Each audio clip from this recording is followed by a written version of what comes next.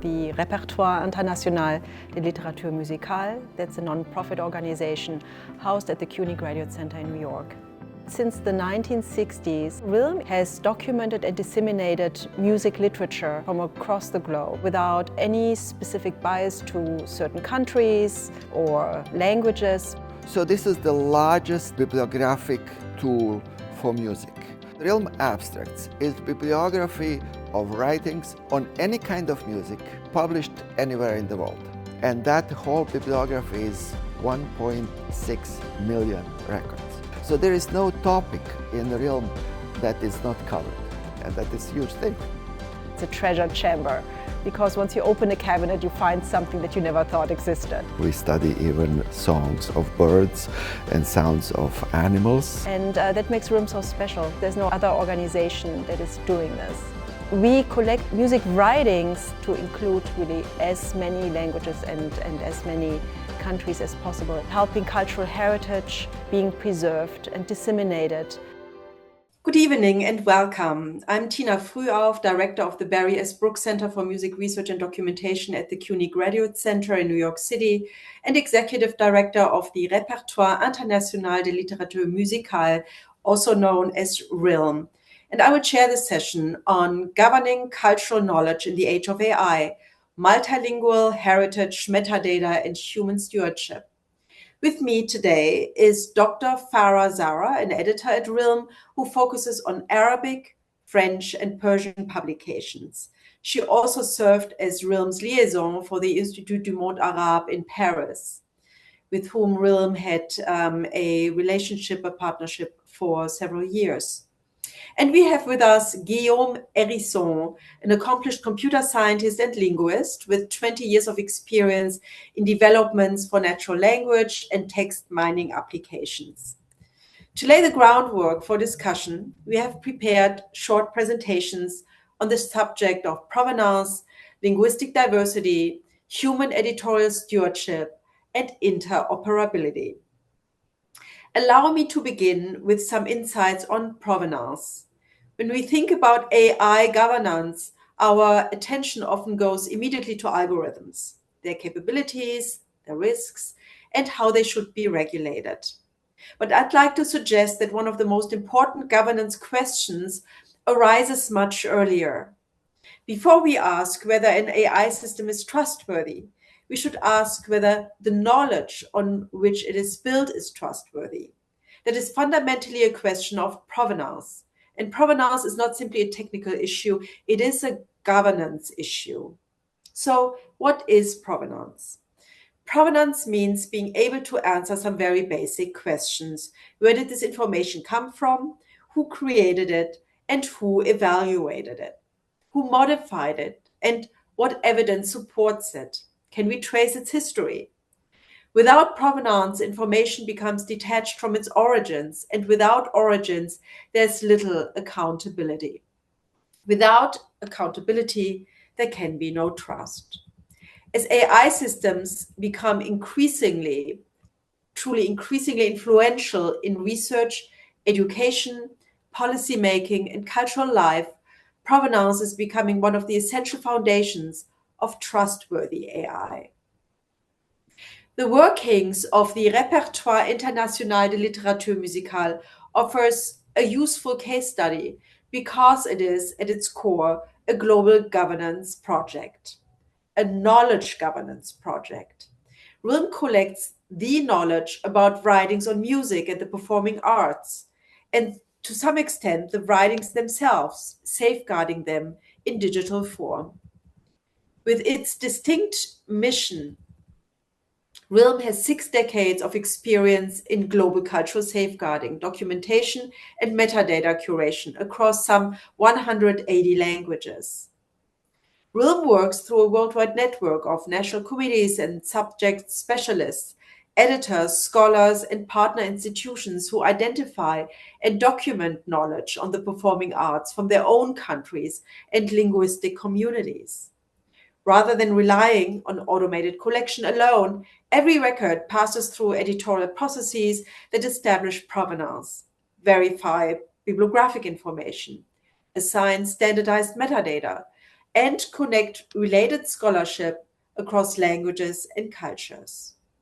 Today, RILM's databases contain well over 2 million records documenting research on every music and performing arts tradition and beyond, making it one of the largest and most internationally representative resources for research in the humanities. But what makes RILM valuable is not simply the number of records, it is the way those records are created.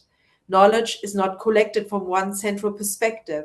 It is contributed locally by experts from across the globe who understand their own scholarly and knowledge traditions, languages, publishing cultures, and musical heritage. That means provenance exists at multiple levels. Every record has an identifiable source. Every editorial decision has responsible experts behind it. Every contribution reflects documented scholarly practice. In other words, RILM has spent decades building a trusted knowledge infrastructure. What is important here is that RILM does not simply collect information.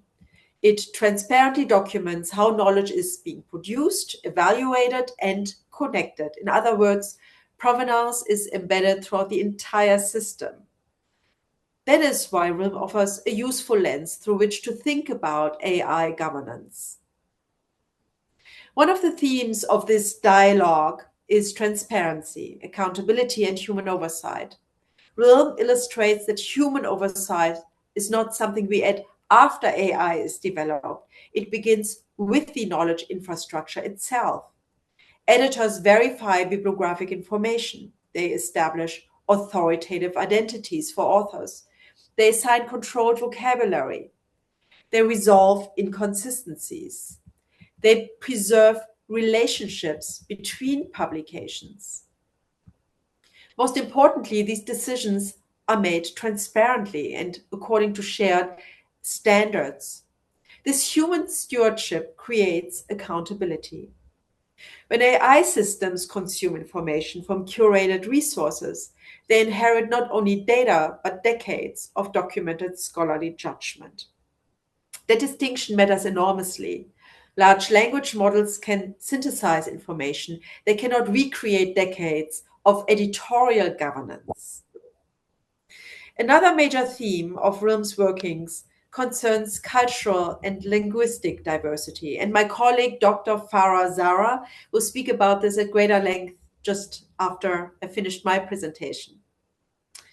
This diversity is perhaps where provenance becomes even more important.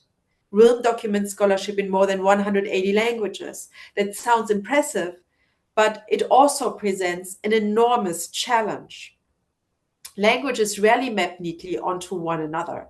Concepts that are obvious in one knowledge tradition may not even exist in another. Terminology changes over time. Names are transliterated differently in non-Roman scripts. Local publication practices vary widely. AI systems often treat these differences as inconsistencies rather than something that is unique. But for scholars, these differences are themselves valuable knowledge. If AI simply translates everything into English or into a single conceptual framework, something important is lost. Provenance preserves those differences. It allows us to understand not only what information says, but where that understanding emerged. This also directly connects to conversations about decolonizing AI. Much of today's AI has been trained predominantly on English language and high-resource digital content. Entire scholarly traditions remain underrepresented because they have not been digitized, indexed, translated, or made in any other way discoverable on the internet. The result is not only technical bias, it is epistemic bias. Certain ways of producing knowledge become highly visible, others become invisible. RILM's global model offers another approach. Instead of asking every culture to fit into one dominant framework, RILM works through local expertise. National committees identify scholarship that might otherwise never become globally discoverable. Editors preserve local terminology while making it accessible internationally. Metadata creates bridges rather than replacing cultural specificity. AI should help expand those knowledge, how those knowledge is represented. It should help us discover knowledge that has long remained invisible. In that sense, AI has tremendous potential as a tool for decolonization, but only if it is built upon inclusive, well-governed, multilingual knowledge infrastructures and multicultural knowledge infrastructures. Otherwise, AI risks amplifying the very inequalities it promises to overcome. I brought up metadata, a term that often sounds quite technical. In essence, being data about data, metadata is actual governance. Metadata tells us who created something, when, where, under what conditions, according to which standards, and how it relates to other knowledge.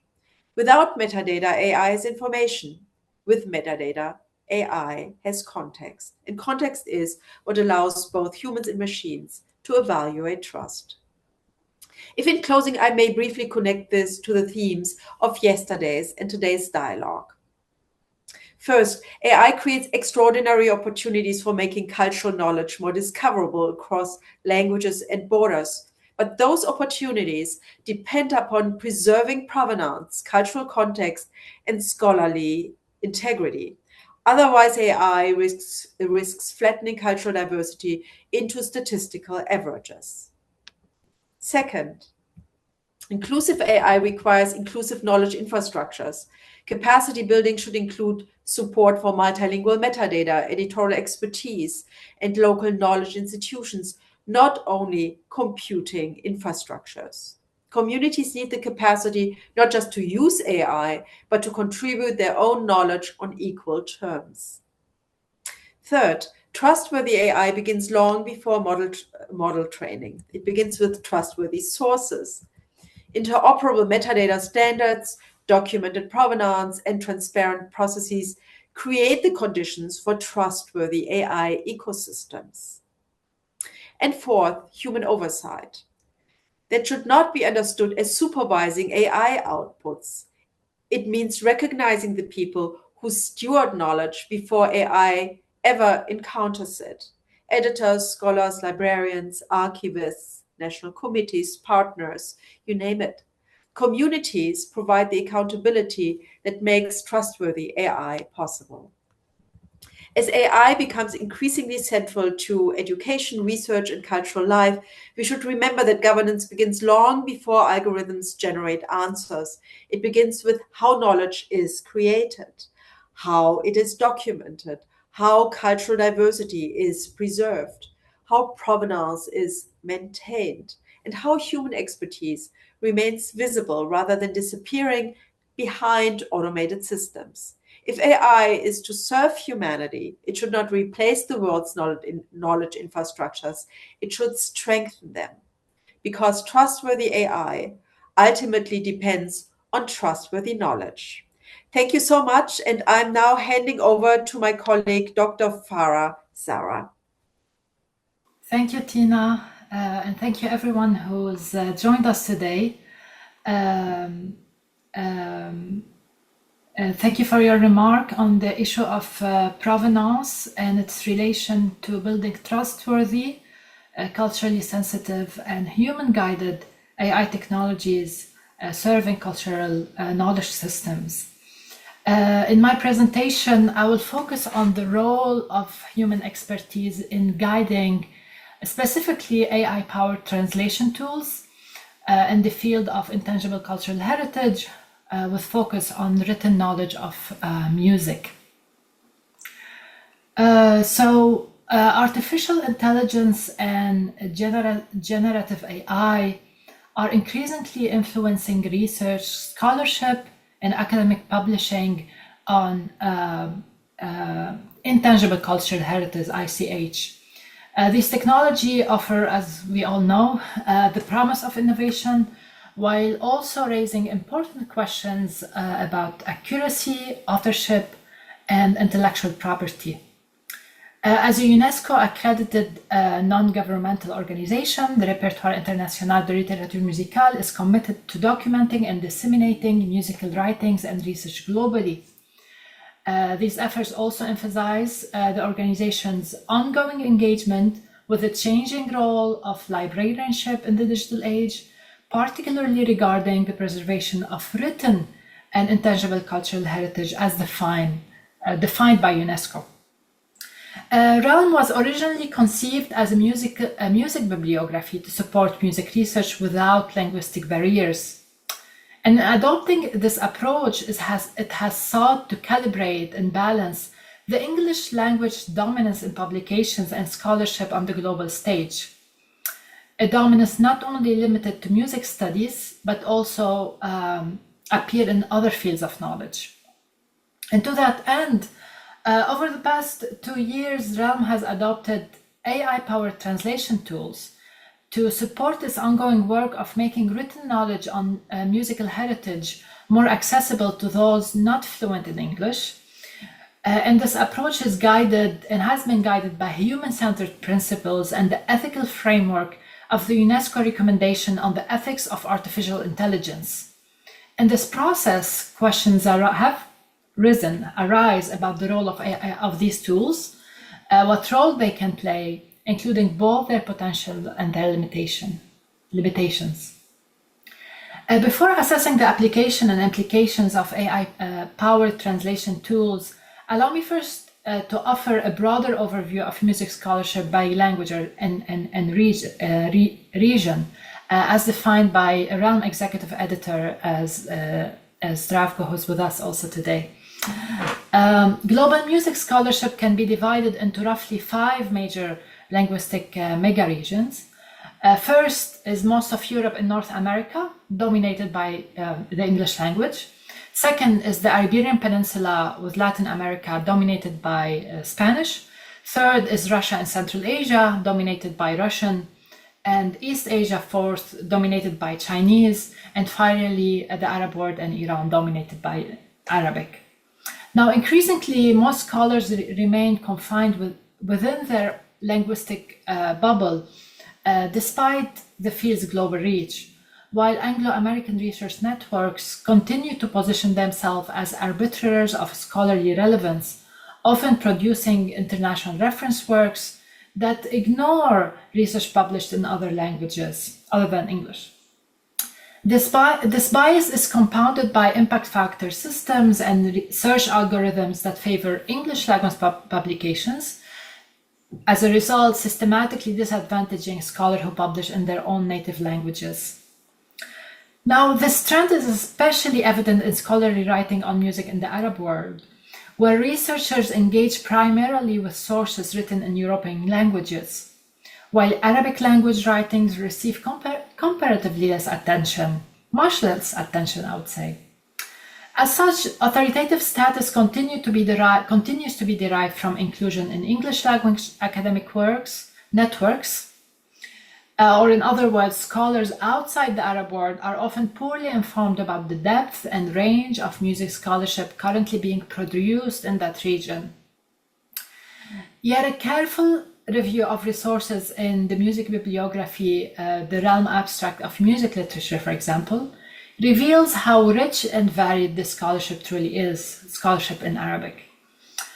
Title translation and of English or French abstract, even researchers with no knowledge of Arabic can see how Arab authors engage critically with Western musical genre, approach applied scholarly work, and contribute to the preservation of intangible cultural heritage through their ways. This kind of access to existing knowledge opens the door to genuine intellectual exchange.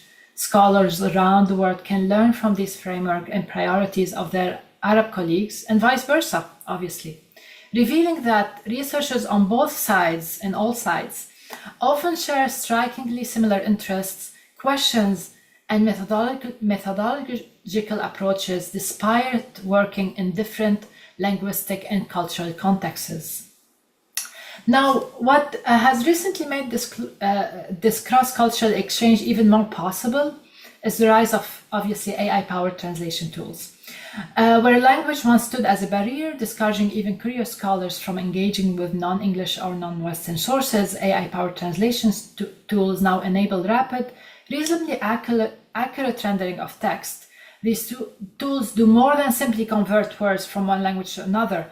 They lower the barrier to exploring unfamiliar scholarly sources by identifying relevant trends and locating sources worth deeper investigation, all without requiring fluency in the original language of the text. This efficiency both saves time, but more importantly, and fundamentally changes who can participate in these global scholarly conversations. Junior scholars, independent researchers, and those without access to specialized language training can now engage with archives and literature that were previously accessible only to a narrow circle of linguistically trained specialists or those who hold official affiliations with universities. Now, of course, these AI-powered translation tools are not without limitation. Music and cultural heritage-specific terminology can be lost or distorted in AI-powered translations, and scholars relying on these tools should pair them with some contextual and expert verification. But still, as a first point of entry, AI-powered translation tool dramatically reduced the friction that has long kept scholarly communities sold along linguistic lines, and in doing so, open new possibility for genuinely global collaborative music research.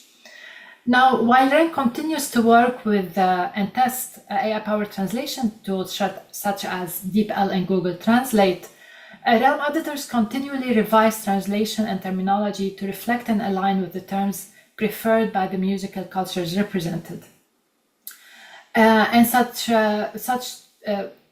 RILM, a genuinely culturally informed AI-powered translation tool would require sustained collaboration among the specialists and institutions that constitute the field of music research, such as academic departments, conservatories, professional organizations.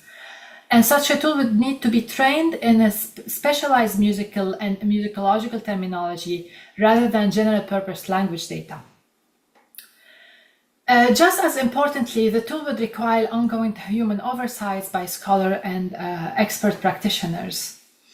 This collaboration would need to be grounded in clear consent obligations from the institutions and individuals whose data and expertise inform the tool, alongside a commitment to research ethics and the protection of intellectual property right to ensure that the knowledge of scholars, performers, and communities is used respectfully and with appropriate attribution. Finally, the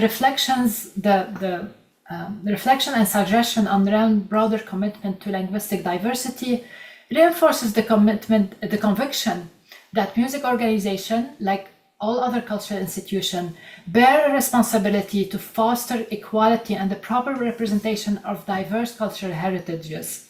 More broadly, cultural organizations, local and international, including the United Nations, should approach generative AI tools not as generalized or purpose information aids, but as instrument requiring domain experts to guide their application and assess their implications. Part of this responsibility falls on policymakers who must continue embedding field as experts throughout the process of policymaking, rather than consulting them as an afterthought. These experts serve as human guardrails, protecting the public against the pitfalls of Gen AI, misinformation, erasure of cultural nuance, and the false authority of automated outputs.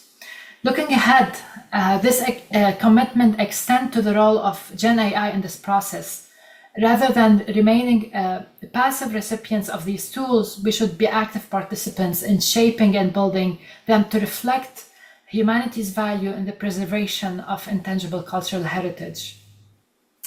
And with that, I thank you for listening, and I now turn to my colleague Guillaume Hérisson, who will present on the role of multilingual cultural knowledge infrastructure in AI governance. Guillaume? Oui, bonsoir, merci Farah. Tina a parlé de la provenance et de la supervision humaine comme source de confiance et de qualité, et Farah des questions de traduction, des barrières linguistiques et du biais anglophone dans la recherche. je voudrais aborder quelque chose qui découle de leurs exposés, les infrastructures qui détiennent réellement cette connaissance et ce qu'il advient d'elle. L'infrastructure de connaissance est ce qui est le plus durable, et c'est à partir de celle-ci que l'IA apprend. La gouvernance de l'IA commence donc par la gouvernance de la connaissance. Bien avant que l'IA n'existe, le RILM débattait déjà sur la question de garder la connaissance traçable, multilingue et gouvernée par l'humain. Nous utilisons l'IA pour l'indexation multilingue, l'analyse sémantique, la reconnaissance d'entités, la traduction et l'exploration des corpus textuels. Ces capacités améliorent nos processus éditoriaux, mais ce n'est pas l'objectif principal. Celui-ci est de permettre aux éditeurs, aux bibliothécaires et aux chercheurs de consacrer davantage de temps au travail que seuls peuvent accomplir. Si l'IA découvre des schémas, ce qu'on appelle en anglais les patterns, les humains, eux, attribuent du sens. L'IA accélère les traitements, mais les humains demeurent responsables du jugement et de l'interprétation. L'IA doit donc protéger, amplifier et stimuler l'intelligence humaine, non la remplacer. Des philosophes tels que Éric Sadin nous rappellent que l'IA soulève de sérieuses questions sur la réduction de l'autonomie humaine, l'esprit critique et notre rapport à la connaissance. Si l'IA est conçue pour remplacer le jugement humain, ses préoccupations pourraient se révéler justifiées. Mais les institutions ont des choix, et ici j'aimerais insister sur un paradoxe que nous vivons chaque jour. Depuis des décennies, les projets numériques dans le domaine des humanités et de la recherche en général dépendent d'infrastructures technologiques de plus en plus complexes. Une part croissante de nos efforts et ressources est allée non pas à la recherche elle-même, mais au développement, à la maintenance et à la modernisation de nos logiciels. La technologie est censée servir la recherche, mais trop souvent, c'est la recherche qui finit par servir la technologie. Cependant, l'IA inverse cette relation. Elle réduit considérablement l'effort nécessaire pour construire et entretenir des systèmes complexes. Elle permet aux institutions à forte dépendance technologique de devenir paradoxalement moins préoccupées par la technologie. Celle-ci devient plus transparente et l'attention humaine est libérée. Pour les personnes qui construisent ces systèmes, c'est un changement de paradigme. Et ici, je parle en tant qu'ingénieur. Pendant longtemps, notre travail exigeait que l'essentiel de notre attention soit consacré à la maîtrise technique, les langages informatiques, les plateformes ou même le matériel. Et comme dans toute l'évolution des langages informatiques, l'IA élève le niveau d'abstraction jusqu'au niveau du langage naturel. C'est donc juste un stade nouveau d'abstraction. Elle libère les développeurs d'une grande partie de ce fardeau technique et les place bien plus près du sujet, avec une marge d'imagination presque illimitée. Cela nécessite une adaptation. Cela peut être déroutant, voire aliénant, de constater que des compétences techniques durement acquises comptent soudain moins.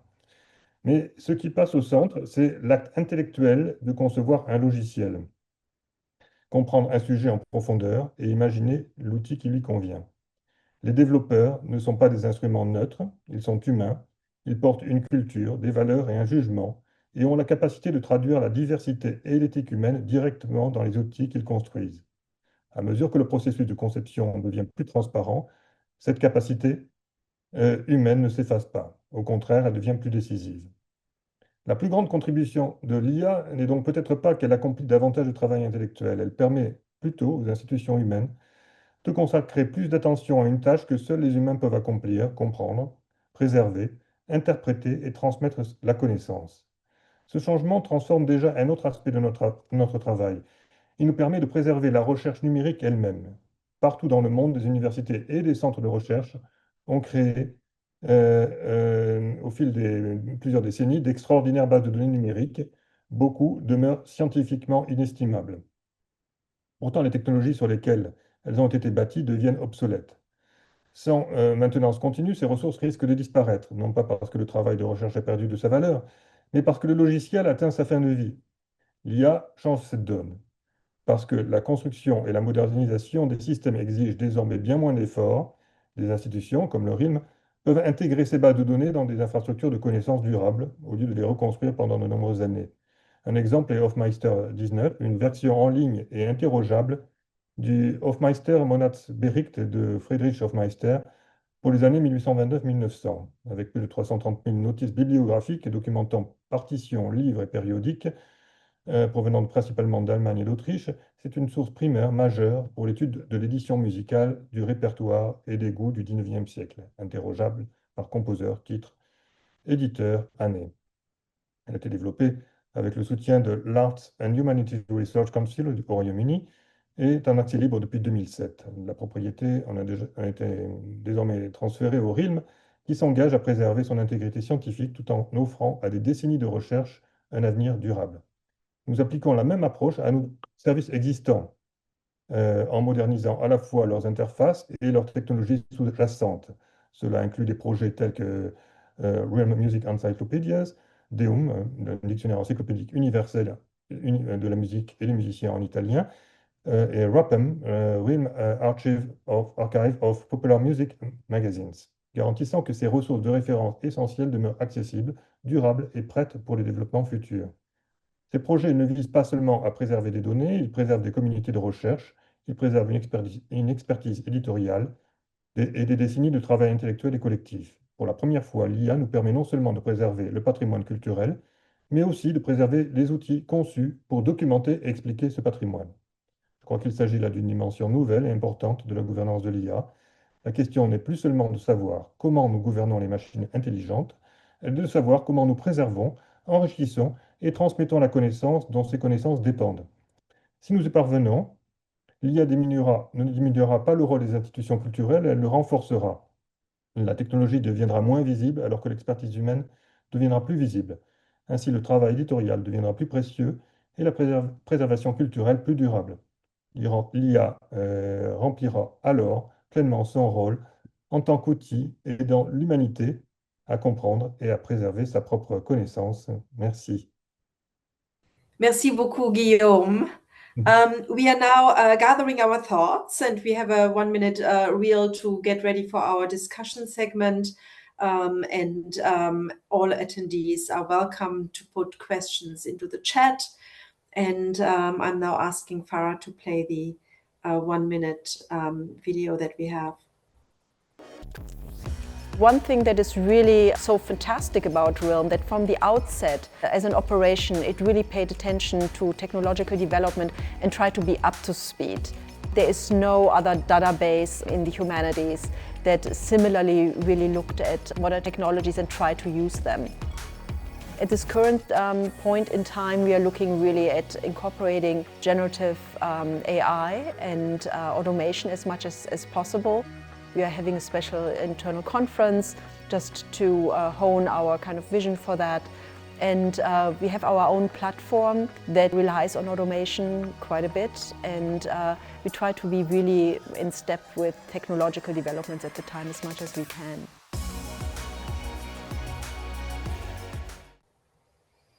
So we have a question about provenance specifically, and I'm really glad about this question because it really brings into play both the public-facing side and the developer side.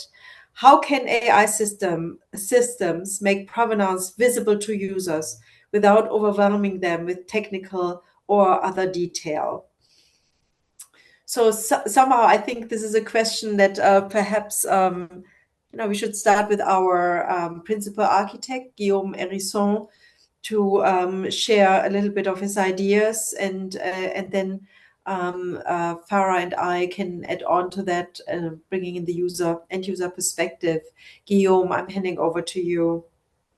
Yes, thank you. C'est une question de conception et d'interopérabilité. La provenance peut être présentée par couche, une réponse avec la possibilité de la déployer vers la source, l'histoire éditoriale et le contexte culturel à la demande, plutôt que d'ensevelir l'utilisateur sous des détails techniques.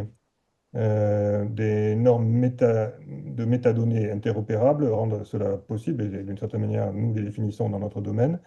Une provenance structurée et lisible par la machine peut être affichée de manière plutôt légère, tandis que la documentation complète reste disponible via un clic. L'objectif donc est que le contexte reste disponible sur demande, assez pour que les humains et les machines puissent évaluer la confiance et présenter de sorte que l'utilisateur occasionnel voit une une citation fiable et que le spécialiste puisse retracer l'histoire complète de l'origine. Dans notre cas, nous avons un avantage puisque nous opérons avec des données méticuleusement sélectionnées, indexées pendant des années. Merci, Guillaume. And Farah, you're an accomplished scholar who deals with many different languages. What do you think about provenance and the user of AI, and also the scholar, the knowledge producer? What would your thoughts be?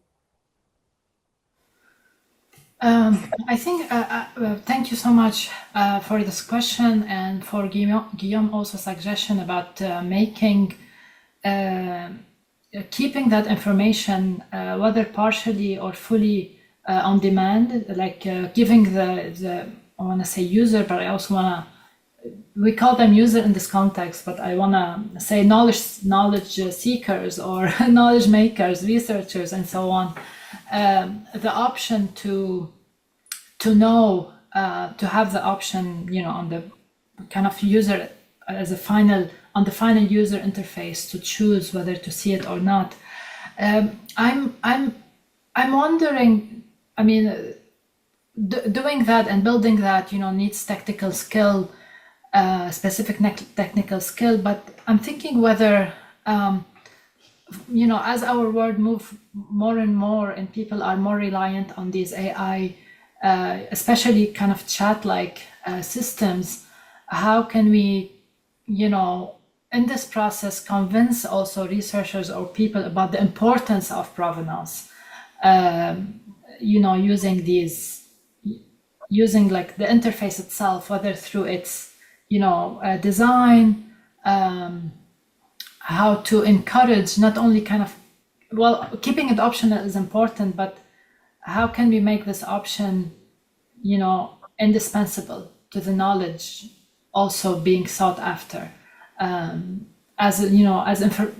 is not the final product, but it's also the process where it comes from. So, we should think also about that aspect, about how researchers can or should be encouraged, or we should, through our design, encourage the value of provenance through design. Yeah, that's what. But I appreciate Guillaume's point on, always having the option, whether it's like a drop-down menu or something else, right? Yeah, so we have been in the last 40 minutes speaking a lot about knowledge infrastructures that are more scholarly, but I also think that there is something to be said about provenance for the non-scholarly multilingual realm. I think that if actually provenance would take multilingualism into, or multilingual sources into consideration, that would be very important, I think, rather than drawing from the language world that the individual is interacting in. And I would definitely advocate for that. I would also advocate for increasing what's already there. Everybody who has used AI sees that there are kind of sources being mentioned, and these sources are many websites. But what do these websites actually represent? They're not representing necessarily authority. And I think this is one of the big pitfalls. Who is actually filtering and who is measuring what is truly authoritative in the provenance of data? And I think that this is where the kind of current AI infrastructures fail, and people think just because they're linked out to a website, or there's a kind of summary of deepthink, and how the machine thinks, that this is actually kind of a validation, but it does not necessarily validate. And I think that we need to be very careful and really educate the usership, and also put in guardrails. So as we are almost out of time, I'd like to have a closing question, not to my dear colleagues, but to the policymakers of the United Nations and UNESCO, and really encourage them to think about 20 years from now, what would we regret failing to preserve in the knowledge that AI learns from today? I think that we are so in the current moment and so afraid because of the acceleration of technological development to think far ahead. But I think in order to make the right decisions, we need to think far ahead. So as we conclude, let us remember that effective AI governance is not ultimately about controlling technology, but it is about preserving the mission, integrity, and accountability of our institutions, of our knowledge, of our systems, of our society, of our cultures. And as AI capabilities continue to expand, our shared responsibility is to ensure that human judgment remains indispensable where it matters the most. And that AI is always guided, should always be guided by a clear purpose in the service of the public good. So with this, I'd like to thank all of our attendees for coming to our session. And if you would like to rewatch the session, it will be preserved on our YouTube channel and can be rewatched at leisure. So thank you to my colleagues, Dr. Farah Zahra and Guillaume Hérisson, and thank you to our attendees for your interest in our thoughts and contributions in the wide world of AI.